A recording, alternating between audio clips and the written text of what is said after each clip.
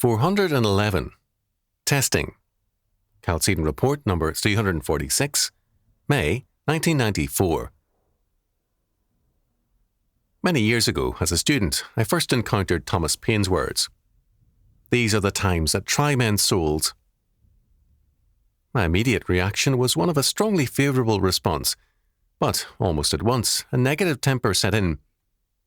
I realised that all life is a testing in one way or another. With some, it is harsh and bitterly cruel, as with my parents and relatives on their death march. The survivors were not many.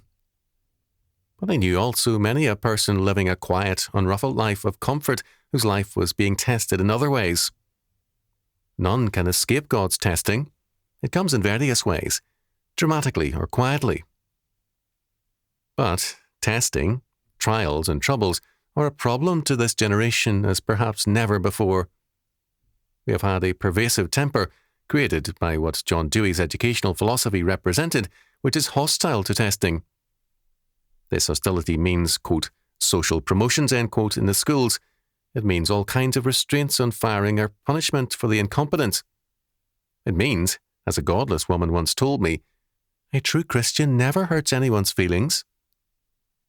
It means freedom from judgment, freedom from feeling, freedom, in short, to be evil, unpleasant and hostile. It means freedom to sin with impunity. In a fallen world, however, all of life is a God-ordained testing. No testing, no heaven, because we remain satisfied with our sins, and we treat the Lord as no more than a fire and life insurance agent. We remain unconverted. As a young man, I heard a pastor, a very ordinary one, pray a great prayer. One sentence has remained with me since. He prayed, "We thank thee for all our yesterdays." My immediate reaction was one of shock. How could I be grateful for all my yesterdays? But, as I thought about it, I recognized the meaning of Romans chapter 8, verse 28. And we know that all things work together for good to them that love God, to them who are the called according to his purpose.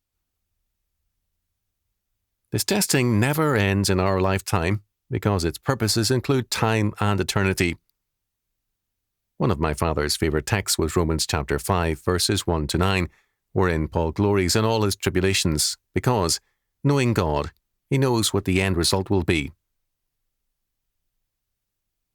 The hunger for a life without testing is to hunger for hell without knowing it.